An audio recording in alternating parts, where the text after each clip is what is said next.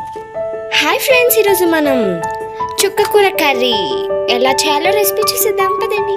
First అయితే ఒక pan తీసుకోండి, స్టవ్ వెలిగించండి, 2 స్పూన్స్ ఆయిల్ వేయండి, 1 స్పూన్ పోపు గింజలు వేసుకోండి.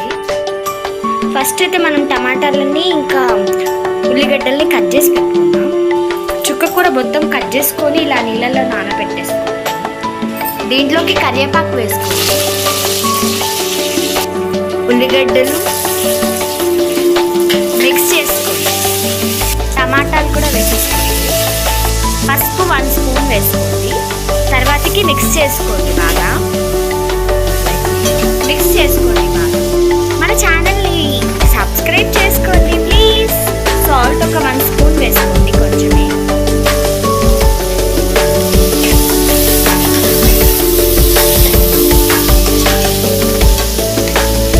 దీన్ని కొంచెం కొంచెం తీసుకొని ఇలా వేసుకోండి.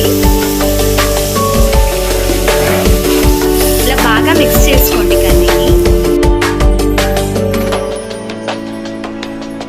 కాసేపు దాన్ని ఉడకనిచ్చేలాగా మూత పెట్టుకోండి.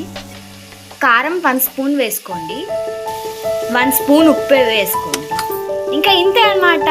కాసేపు ఉడకనివ్వండి. బాయ్ ఫ్రెండ్స్, సబ్స్క్రైబ్ చేసుకోండి, like share and comment. Bye.